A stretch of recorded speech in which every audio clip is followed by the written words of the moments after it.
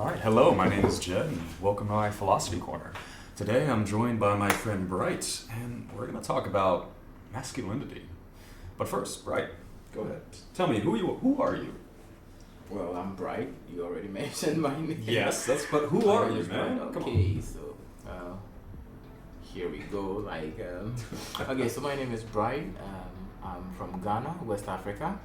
I study philosophy at the University of Talkin with Jed. He's my course mate, and I've been here for a year. Basically, I'm just one cool guy here who's trying to finish his master's and then work his way through as well and enjoy my life out here. You know, I'm just enjoying the vibe, man. You get to know me more as we talk. Yeah. Mm-hmm. Bright, that's surface level stuff, right? Like you're from Ghana, you're a master's student, of course.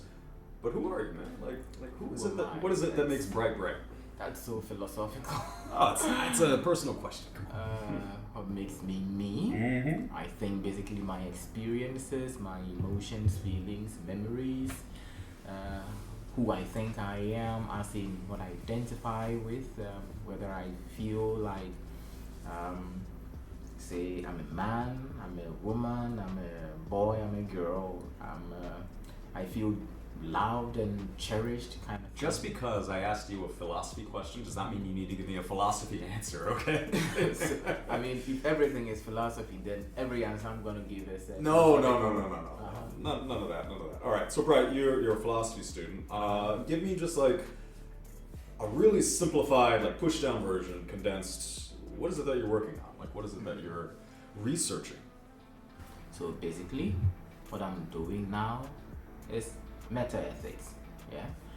Meta-ethics, and precisely something related with how our concepts, the choice of words we use, the categories we create, the individuals they pick out in the real world, right? What sort of validity these concepts have, and is that mapping a one-to-one mapping, and do the entities that they pick out in the world actual members of that category, or it's just a made-up thing, you know? Okay. Yeah, I'm still thinking how successful that's gonna go. We all are, man. We're all in that position of like, I've got this great idea, but I'm not sure. Yeah, absolutely. Of course. All right, so Bright, one of the first things that I think brought us together as friends was I mentioned to you that you should watch this movie Fight Club, right? Yeah. Yeah. And tell me, how did you feel about that movie?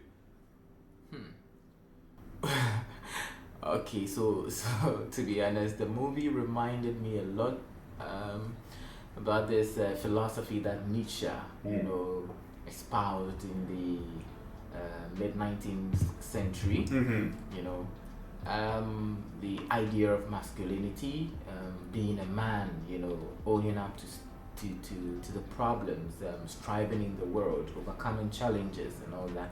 So it brought that back, and being African and having faced these kinds of categories, a lot of the time, the way we use our language back home, it really made a lot of sense. But then on the one side, you realize that they are really, really problematic concepts.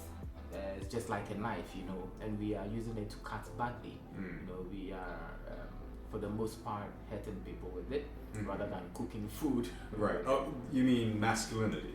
The concept. The concept. Yeah. What is masculinity, though? I mean, I use the word, you just said it in relation to Fight Club with Nietzsche, but like, what is masculinity? What does that word mean? Okay, so I would stay away from the dictionary definition. Yeah, don't and know try to dictionary. explain. Yeah. So I basically understand the concept as one that tries to associate, some features or qualities, right, with strength traditionally ascribed to the male sex, right? Okay. So usually it's societal values that we impart on men. Yeah. Right? Like biologically, if you're a man, you ought to have these qualities. Of course. Right? So you should be strong. Right. Like, let's go through real quick just some of those like idealized sense of masculinity. So you should be strong. You should be determined, disciplined. you should own up to what you say, you follow through. Not be sentimental as well. Yeah, don't be sentimental, like especially, we'll get into the culture later, of course, but yeah, there's always that idea of like, men shouldn't cry. Yeah. Yeah, so we do have all these different values that we always attach to men. So, I mean, Bright, why are we sitting here talking about masculinity? Why is this even a topic that is worthy of a discussion, especially between two men? Why? Well, that's ironic because, the narrative is that we men, generally, because of the ideas of masculinity that we have created a lot of problems, and that's true anyway on some level. We've created a lot of problems, wars, genocides, and all that. We are a bit problematic, but then you realize that this is more important and very, very. It's also very difficult to talk about them now because of the clash that it has with feminism in the 21st century, and other movements that we have had, right? And it's very important to talk about these difficult topics because it's not going to go away if we pretend it does not exist. Right. Yeah, I would argue, while rightfully so, we as a society, global society, are discussing these issues of feminism, that by addressing it and throwing the sole focus onto that, I think the discussion is neglecting issues regarding masculinity, and arguably some of the issues facing feminism are stemming from masculinity, as you said, like that there is a lot of this coming. So if we want to engage with everyone and try to, I guess, find some sort of solution, it's not that we should just solely focus on one sex or the other, but we should talk about these in tandem. But now that we are sitting here as two men who have this background with philosophy, so we can perhaps strip away and look at things at their core, I think that's where this is coming in. Like, we can talk about this both as our own personal experiences, but then also from this perspective of someone who loves to challenge things, right? Like, we're philosophers. We love to just, here's a system, let me break it, right? So, not that we should break the idea of masculinity in itself, but I think we should definitely discuss this one. I think this is a topic that we should talk about, right? Tell me, just from the beginning, how do you feel about traditional masculinity? So I would like to begin with my experiences back home, right? Let's talk about how I feel about the general concept. The general concept first, yeah. From the deepest of my heart, right? I think we are using the knife wrongly. As you mentioned, okay. Yeah, so I'd like to think that we as a human race, right, a species, definitely need some qualities such as strength, intelligence, right, courage, right? We need these things. And then we need them for good reasons. You could use these same qualities for very bad reasons. Yes. Right, to entrench, prejudices and then, wars and military campaigns and all that. Sure. And then also you could use it to end hunger, poverty. You could use it to, reduce needless suffering. Help someone who's in trouble, right, if you are strong, right, rather than beat up your wife at home or abuse your sister. So it's the direction that has been problematic for sure, yeah. And again, like these qualities that you mentioned, strength, intelligence, these are qualities that any human ought to perhaps strive for in some way, even right? value, yeah, exactly. But even then, right, like what we choose to value is highly dependent on our backgrounds, right, like our culture. So you come from Ghana. Tell me, what is the version of masculinity in Ghana? Okay, so as you'd expect, it's the traditional thing, right? Okay. So by that I mean, even in Ghana, we have this thing we say, if you're a girl, behave like a girl. If you're a guy, behave like a guy. And what they mean by a guy is do not show or harbor sentiments, right? Do not cry. I think, is it Bob Marley or one of these guys sang Big Boys Don't Cry. Lucky Dube, yeah, I think. Okay. Big boys don't cry. Yeah, oh yeah. So, right? Big boys don't cry, So it doesn't matter what's happening to you. You have to, take it in, Sure. right? Suck But then it up. it doesn't seem very true to me anyway, because it's like you are asking people to not show their emotions, not show how hurt they are by things. And from Ghana, I'd like to say we are still generally stuck with the traditional concepts of masculinity that asks women to be soft, gentle, homely, comely. Respect men, kind of, respect in that sense. Yeah. You get it, and then ask men to, strive on, go get the bread for the family. Yeah. That kind of thing, and kind of tame your wife, tame your.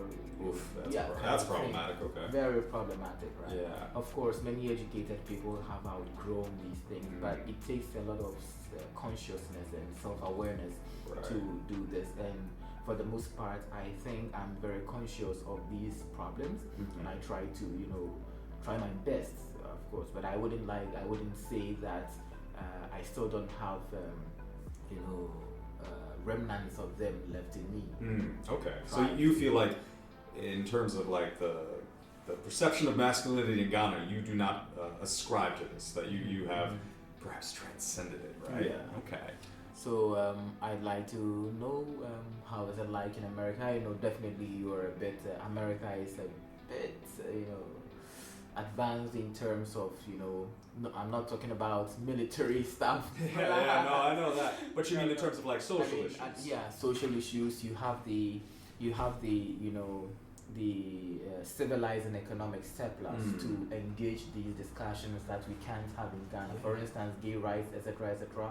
These are not things that are at the center of social issues in Ghana, because we have more pressing physiological and fundamental problems to deal with, right? Rather than some of these concepts, philosophical ideas, it's bigger things. I get you. Yeah, so basically, how is it in America? Yeah. So I mean, that's a great question, because you would expect perhaps a country that, as you've mentioned, that we've had, I guess you could say, something of a head start in terms of things, and so many social movements have taken place there and have then flooded over into other countries, which at times can be great. But the problem right now in terms of masculinity in the US is, as we are having protests, as we're having discussions, challenging the traditional narrative of masculinity, what happens is you've got a good amount of people, a good amount of men, and perhaps even some women, that see this as some sort of threat, and so they double down. So while we have people who are perhaps more woke in this regard, that they're more aware of how masculinity has been problematic, you've got other people now who are defending it like almost like to the death. They want to stand up on that hill and they're going to die there, right?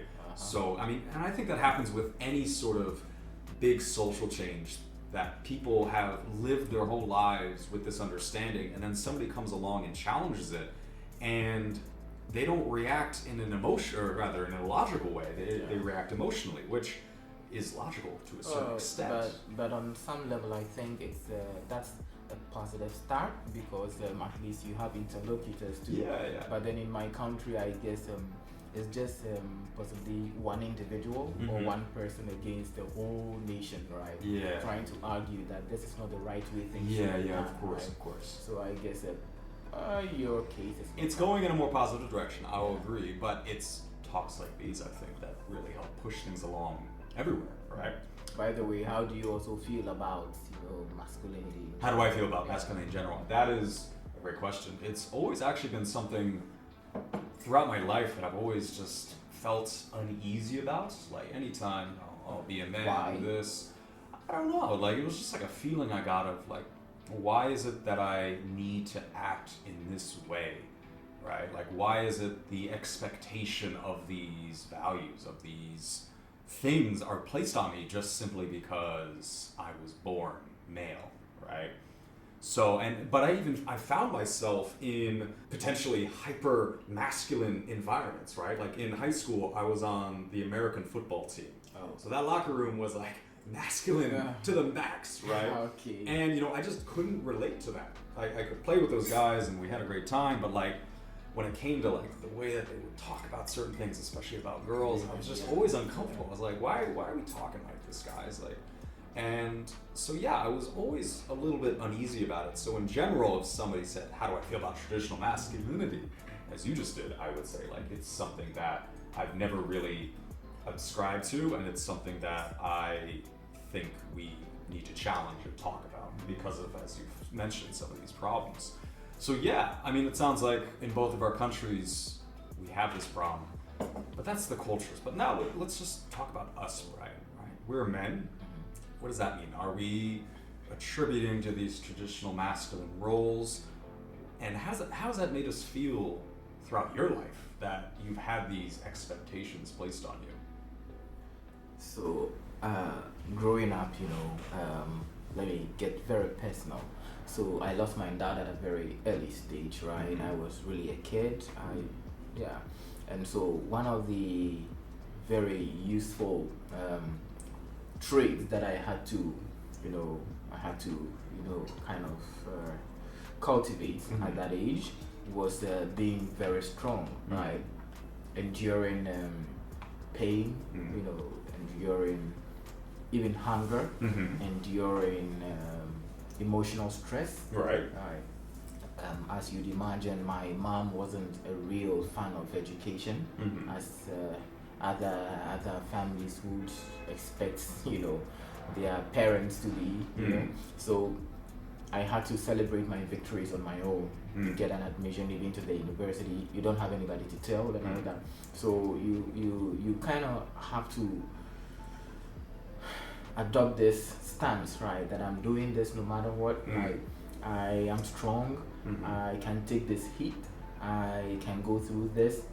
I don't have to cry. There's nobody to listen. So on some level, I think I have benefited immensely from those traits that I thought were masculine, right? The problem that I have is with the categorization that we have at the moment, that is having all men, whether or not they even think themselves as being men at all, right, classed under this category, and then all women, however different they are, classed under that category that is not masculine, right? Yeah. So it has very immense social imports, right? So you have this case where a woman or a girl, let's use a girl, so that it becomes kind of, you have a girl, Okay. extremely intelligent, kind of looks a bit sporty, Sure. right? But still, it's not a woman. It's not a girl really.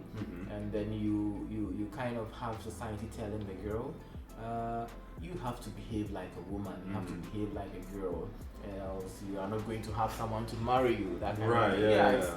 It might shock you coming from the United States, but it's a common parlance. No, I completely understand. So just let me interject and support this idea. So, the time that I spent living in Asia, I could see that like some of the girls there, they felt this very similar pressure where maybe they would go to the gym and they would refuse to touch any of the weights because they believed like if they just touched the weight that they would become huge and bulky like a man. And they told me that, like if they appeared as though they were sporty and they had some muscle, that no man would want them. So there are these, if you are not a man and you have some of these qualities or values, it's something like unattractive almost. Yeah, I think that's very Limiting. very right. Anyway, in my country, so as a young guy growing up, I had to cultivate these, and like I said earlier, it's been very useful to me. But then I think that just as any valuable quality in society, it shouldn't be. It should be gender neutral. That is what I believe. Sure. And I'm not one of those persons that says we must, cast out all these values, these traits like strength, and no, we shouldn't, right? That's what I genuinely feel about this. I think we can actually redirect the course, and like as philosophers talking, we can talk about this more deeply without going into the the attacks and the Yeah, sure. necessary, detours, right? So, yeah, like I was saying, I really, really cherish these, and as a guy, it helped me really grow up. I kind of literally civilized myself, right? Reading, enduring pain and hunger and all. And as you mentioned, that these are values that we shouldn't just be teaching little Men, boys. yeah. We should be teaching everybody. Everybody. Okay. Now let me ask you something. So you said earlier that you don't subscribe to the sorts of traditional masculine values that are imparted on you, right, from your own background, and yet you just mentioned that some of those you have taken with you to today. Right? Now, one of those that you mentioned, this kind of like suck it up and deal with it thing, I'm going to get a little personal with you right now. Are you okay with that? Bring it on. I believe it was at the beginning of this year where you just disappeared, man. I had some of your own friends from Ghana adding me on Facebook asking about you. Like, that started scaring me. Like, it was as if, you had just wanted to be alone and be on your own. And that can be scary, especially in this mindset of, as a man, you need to handle this stuff alone. Not that I'm drawing any ultimate conclusions to what was going on with you. I understand. A lot of men are put in this same position and they just have to quietly suffer. Or sometimes the result is that they end up killing themselves. Right? Like male suicide rate is really high because of these feelings. I would say that we should suck it up, we just deal with it. We are not allowed, air quotes, to share what we're feeling with people because that is not masculine, right? Yeah, I think you're right, and it's you are right bringing that up as well.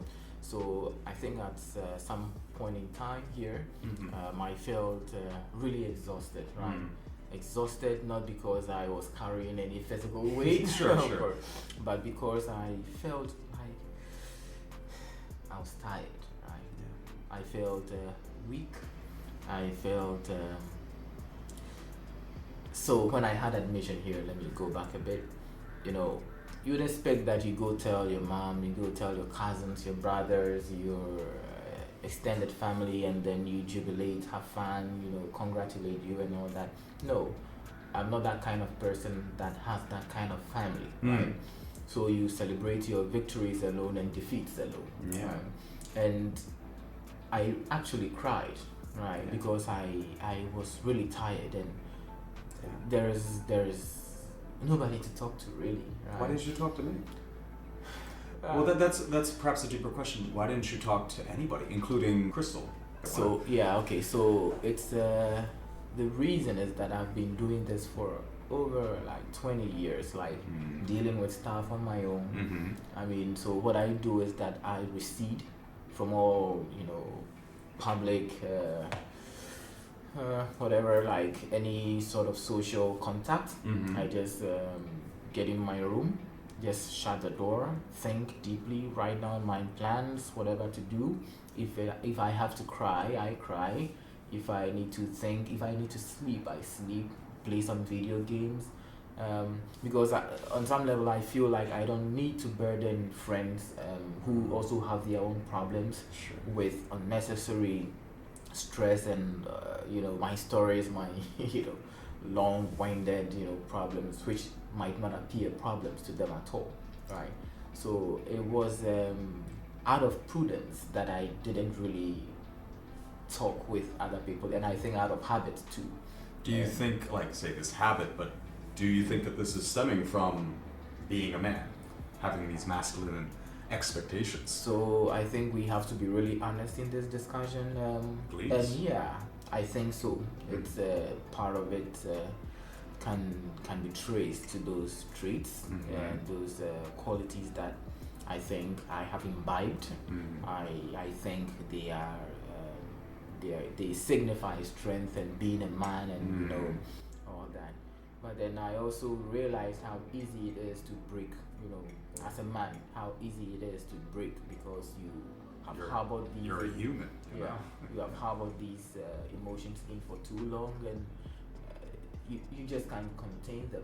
If you were a woman, like in the sense that traditional society likes us to call them, they will share the problem, talk with a friend, discuss it, even go to therapy, whatever. Like, Yeah. So that's the thing too, right? Like, not only do perhaps some men, because of these traditional views of masculinity, some men feel as though they can't go talk to people. At the same time, those other people may view that person differently because of these traditional masculine feelings and thoughts that people have.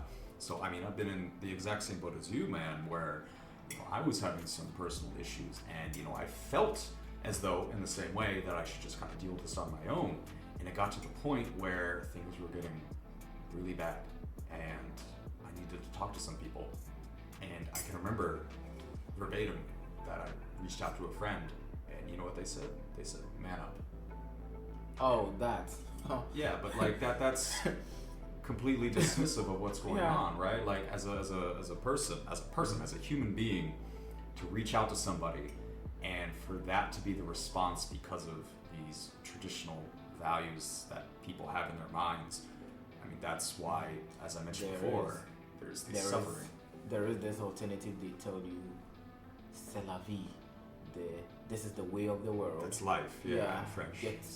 Get over it. Like, I come from a culture that doesn't value mental health. Okay, so for instance, if you have financial problems as a man, what you have to do is just to blame witches or wizards or some spirits of ancestors or whatever. Like, so you just cast the problem elsewhere without going to the root of the problem. If you are having emotional stress and then you need to just talk to someone, I mean, if you do that, you'll be considered a weak man. If you even cry, you shouldn't do that, because it's like we have this term, like, men don't cry. Okay, and it's I don't think it's true, right? It's literally not true. I've seen my brothers cry, and usually they did these things at a moment where everybody was heavy with emotions, right? At the death of a very beloved person, but this was directly against what we have been told. Okay, and then you feel deep within you that you have to cry, you have to shed tears, you have to let this emotion out. Okay, and I have actually heard my girlfriend tell me, that,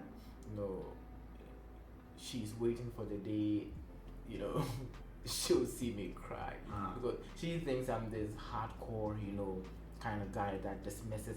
It's not like I'm trying to dismiss everything, but I'm just trying to hide my sentiment, right? Because sometimes it's shameful to even do it, right? It's shameful to admit that you are hurt by someone, right? Like, someone tells you something and you are like, hey, that hurt me. Wait, grow up. Be a man. See, there's a thing. That kind of thing. And so you don't have to do that as a man. And from my culture, that doesn't value mental health. I mean, just guess there's nothing like counseling anywhere in our high schools. In the university, you go there and it's the same psychologists who preach to you rather than give you proper medical advice, right? It's something from the Bible. He just wants to tell you how Jesus, did something. Sure. Or that. All right, let me ask you this now. So we talked about this specific issue for you where you were put in this position that you didn't reach out and talk with people because you felt this like innate pressure from your own like conditioning as a man that this is what you should do. If that ever would happen again, do you think you would act differently? That's okay. Let me take a sip. Yeah, take a sip, man. Of tea, not of alcohol. Of course, absolutely. Okay, so depends on who it is that I'm going to talk to. Okay, so for instance, I can talk to my girlfriend. Right? I talk to her about my problems sometimes. Right? We even discuss, but then it's not like I feel the urge to talk, right, when I have issues. That's the problem. And I think this is not just my case, but a great majority of people. And in addition, I felt like this is an extremely individualistic society. And the last thing anybody wants to hear is your personal problems. Sure. Right? But as you mentioned that, you come from a more communal or collective kind of society, and even there, like this kind of discussion or talking with people is like not accepted. Yeah. So perhaps this is something that goes even deeper than just these societal perceptions, right? So I think the communalism. No, it's not communism. Okay. Okay. I say communalism, right? That weism, it's an Ubuntu concept, like I am because you are, right? And since you are, therefore I am, right? That thing. But then what it's actually doing is sharing responsibility, right? Not your personal afflictions. So responsibilities of taking care of a child, for instance, is the community's responsibility. The responsibility of making sure that everybody is safe is a communal responsibility, including the individual. And so when the individual goes at heads with the society, the individual will lose, right? The reason being that the community, society is more important. How does this relate with masculinity?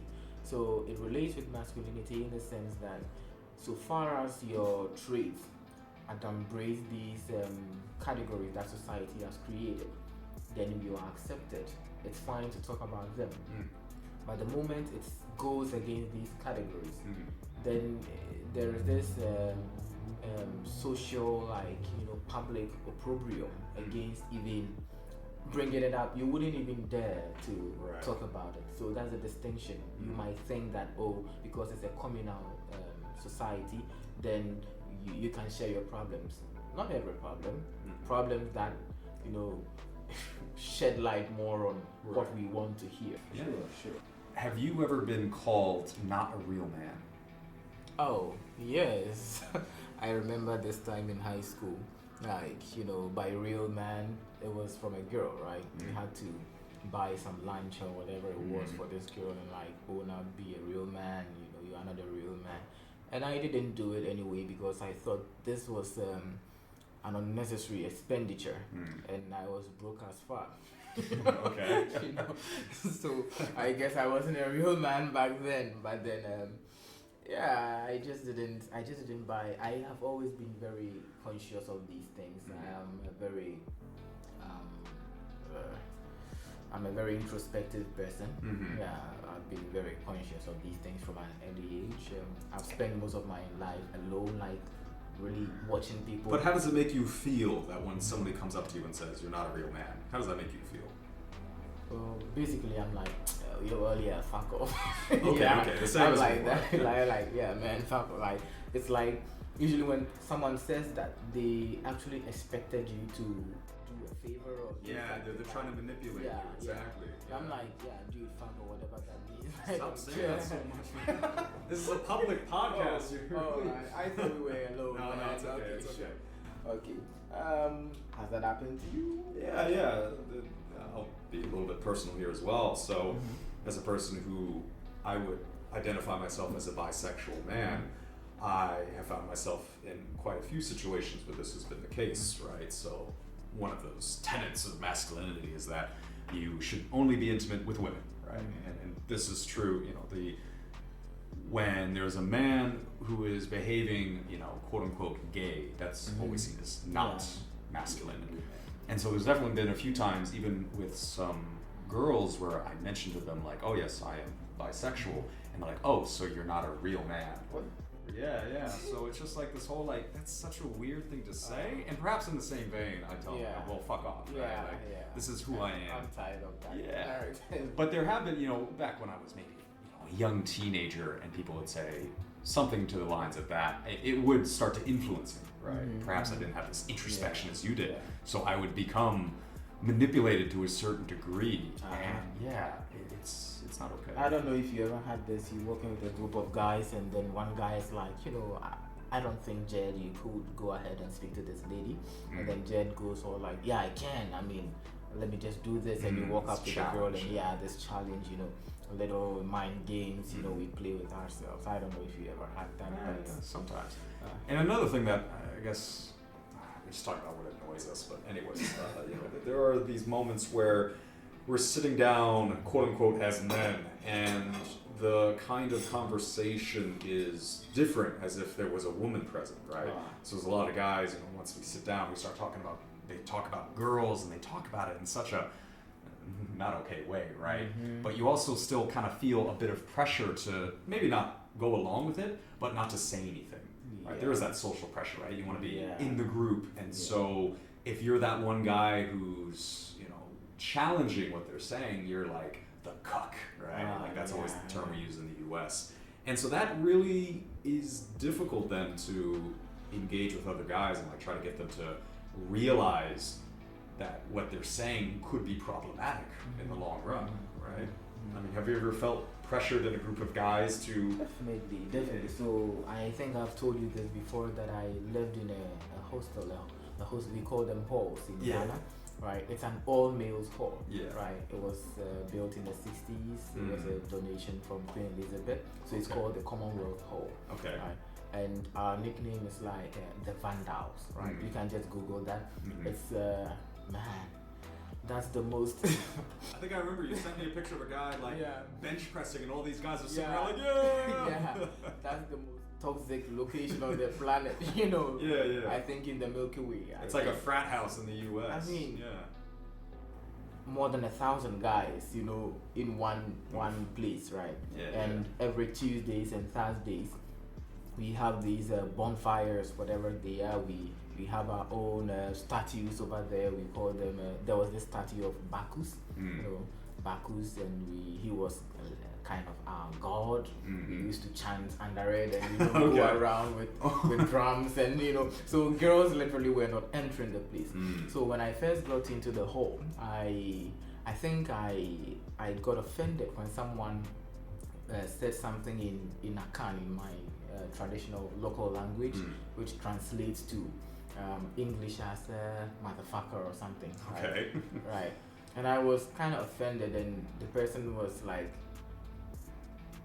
we don't do that here. I mean, if you can't survive, just get out of the hall, right? Kind of thing. So I think at a point, I even imbibed to some level that kind of, trait, being very, bold, kind of upfront, going ahead and doing what I have to do, whatever thing it is. And you feel really proud when you wear our paraphernalia, right? You have our paraphernalia. We have t-shirts and all that. And it's boldly club, written, the boys club. It's boldly written at the back, V-Mates, right? Like Vandal Mates, right? Okay, and it's like, you wear it on campus, nobody fucks with you, right? So it's happened. And I think the groups we have, especially if it's an all-male group, kind of engenders that kind of discussion. What would have happened being in this like hostel or dorm, whatever you want to call it?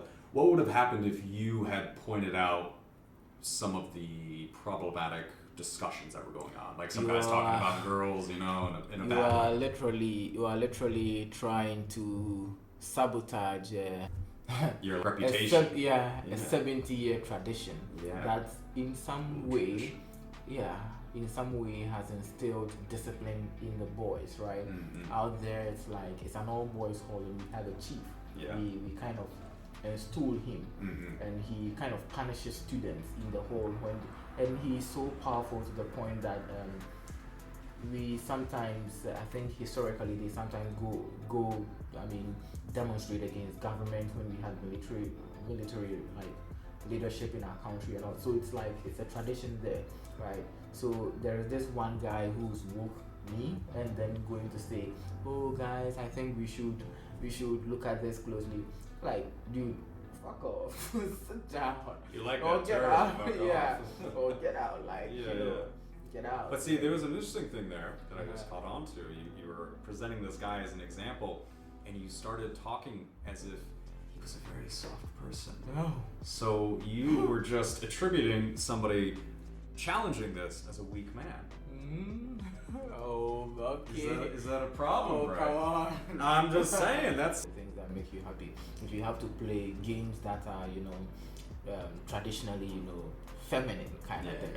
If it makes you happy, just play it. If you need to just go on a stroll with a girl, your kid, your dog, whatever, just do it if it makes you feel good. Sure. So far as you are not hurting anybody, really, right? Just just do it. So we've talked about this idea of masculinity and that there are these values, and if you have these values, you're a man, but not only that, you're kind of a strong man, right? Especially if you excel in these values. Now let me ask you this, do you think that there is such a thing as a weak man? And I don't mean a man who has some weaknesses that could be attributed to any sort of individual. I mean, do you think there is such a thing as a weak man? The way they present themselves. So I definitely would like to say that I think there are definitely personality differences. Yeah. Personality differences that do not necessarily go along the traditional lines. Mm-hmm. And from the traditional perspective, that would qualify as a weak man, for instance, a man who does not possess masculine features, as a very fit body, like that kind of body you see in movies, like Fight Club. Hollywood guys, yeah. So that plus men who generally cannot stand up to confrontation, all that kind of thing. Yeah, so traditionally that would be it. But then in my perspective, I don't think that would qualify someone as a weak man. What would make someone a weak man, in my opinion, is someone who calls themselves the Ubermensch, right? Or the alpha male or something. That does not belong to that category. And by Ubermensch, I mean the same criteria the person is given, being supremely brilliant, being, ripped, whatever it is, Sure. being straightforward and honest, in essence, being an asshole. Yeah, right? exactly, being an asshole. And yet not being that kind of person. It's like you are a very weak person, really. Not because you're a man and you don't get these values, but because you subscribe to these values, but you don't actually adhere to them. Okay, so I could see that. In my perspective, that's it. Sure. I like what that. do you think? What do you think? In your opinion, a weak man? You're a weak man. I think there are just weak people. Do you think I'm a weak man? Yes, Brian, you are so weak. I could beat you in an arm wrestle. Come on. No.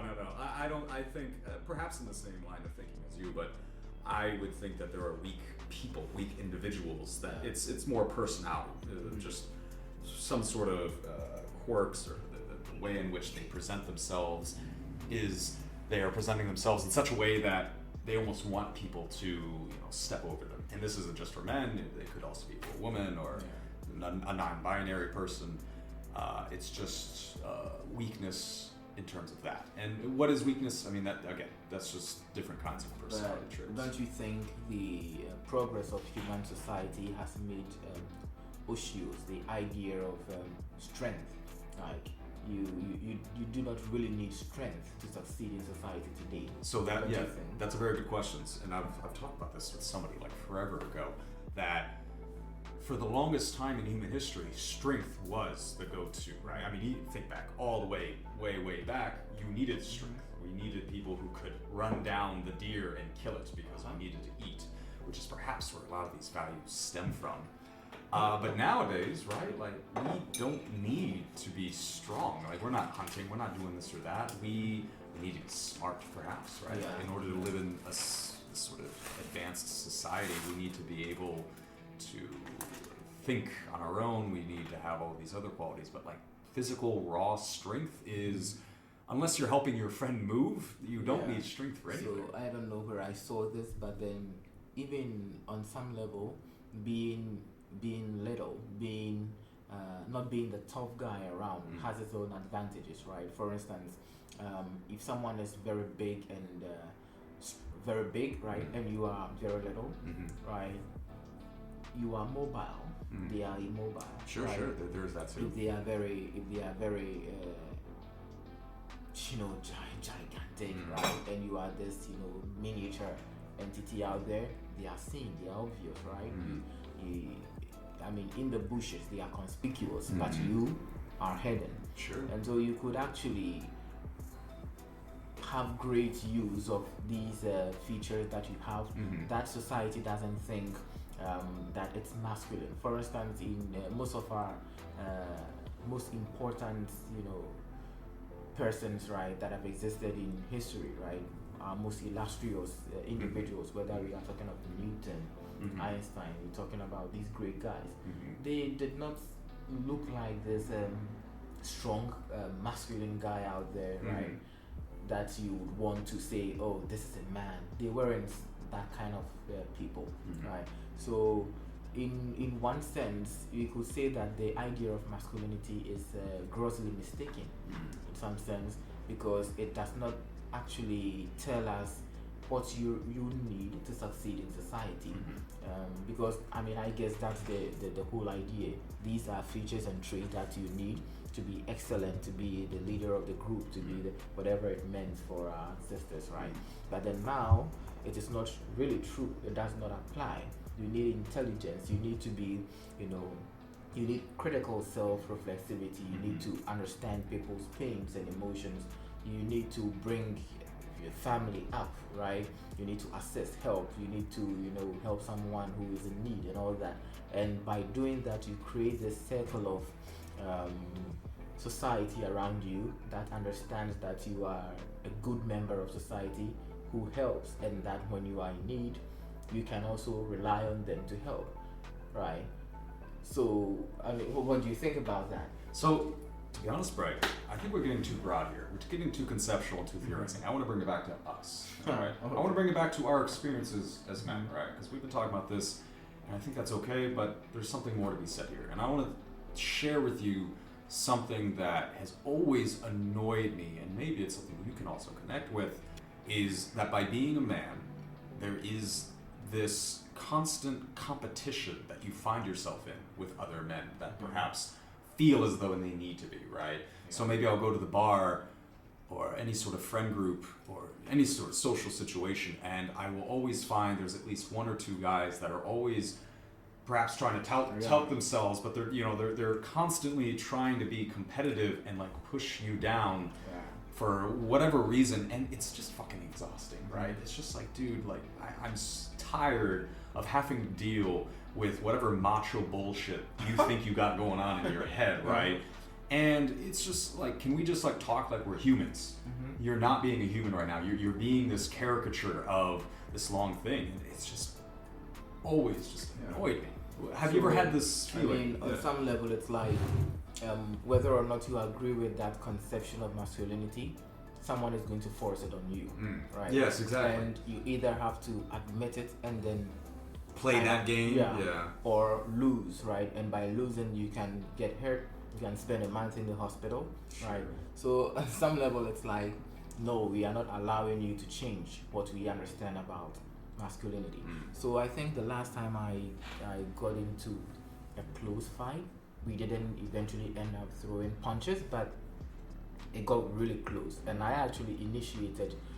I asked him to just do it if he feels like he's a big boy, because he was way older than me, at least 20 years older. Oh my gosh! I was having a lunch with my girlfriend. He was the hotel manager. He started packing the table because he claims he had told my girl, to just to just put the bottle of water she brought into the hotel away because she didn't buy from the hotel. I'm like, the girl is sick.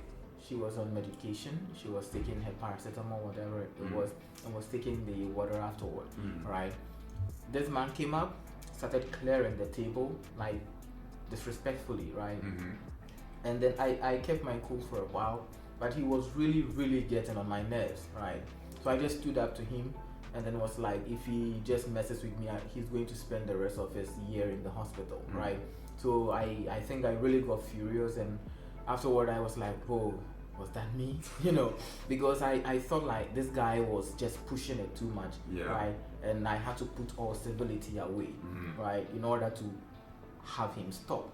So at some point you realize that these categories that we have in society, whether or not you like some random stranger, some bloke from nowhere will just show up, and I don't know if God strategically places them in corners of the universe so that you encounter them frequently. Sure. So you just meet this random guy who wants to, hey dude, what's up, that. I'm like, dude, stop. I'm not in the mood, right? Yeah. But then he just keeps going, and then you eventually have to throw a punch at a point, because sometimes that's the only way out. Do you have to though? Do you have to throw a punch? Or you endure his. Endure just Yeah. you don't have to engage with this dude. You can just walk away. Yeah, Like, but get out of sometimes they get you in a corner. Sure, that there is like certain like cornered situations. I understand that, right? Especially from what I mentioned to you now. All right, so let's wrap this up with one more question. If there was one thing that you would want to tell all men out there, what would you tell them? So I'll say that from my personal experience, there's what you want, and there's what society also wants from you, which might not necessarily agree with what you want. Yeah. I think what you want matters more than what society, especially if it's an anarchic, philosophy, right? I don't think you should sacrifice this life you have, this short life you have, the pursuit of happiness and peace of mind for anything.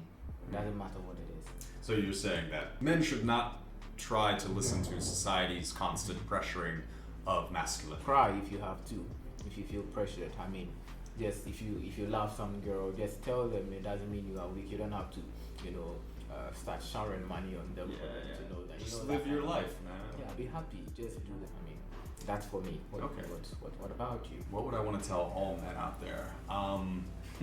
Take a chill pill.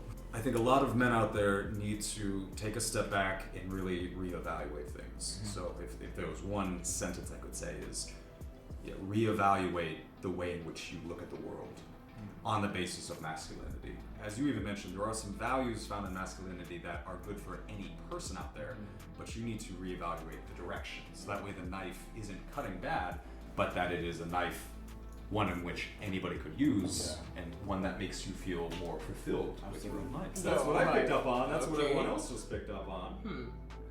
So maybe, I mean, and I can definitely agree with this as well for my own case, maybe there's still some unlearning of this toxic masculinity that you have to do. Yeah. I think this was great. I think this one's really Man.